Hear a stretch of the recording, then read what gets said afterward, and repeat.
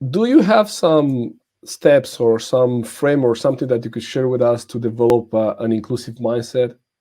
I have one framework, which is not to say one of my favorites, but I think it's a really good and solid framework just to reflect on and to use in your practice.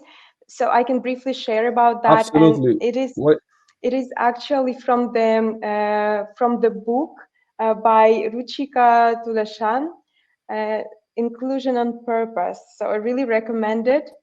So the framework that she developed there is called Bridge, and each letter basically represents the meaning. So it's just Mhm. easier to grasp what it is. So B stands for being uncomfortable.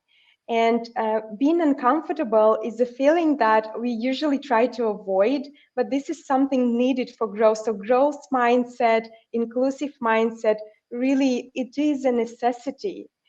We need to stretch. We need to really sit with uncomfortability, whether it's realizing that we have certain biases and possibly we acted upon them, but now we realized that this behavior doesn't work and we want to change, whether it's taking someone else's perspective into account, which might not feel very comfortable. So just willing to be uncomfortable and making uncomfortable comfortable, I would say, or Yeah, unfamiliar familiar. So this is a good way to go.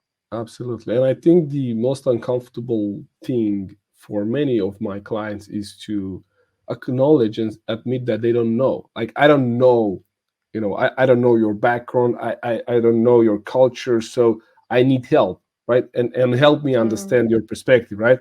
And that's where, we get uncomfortable.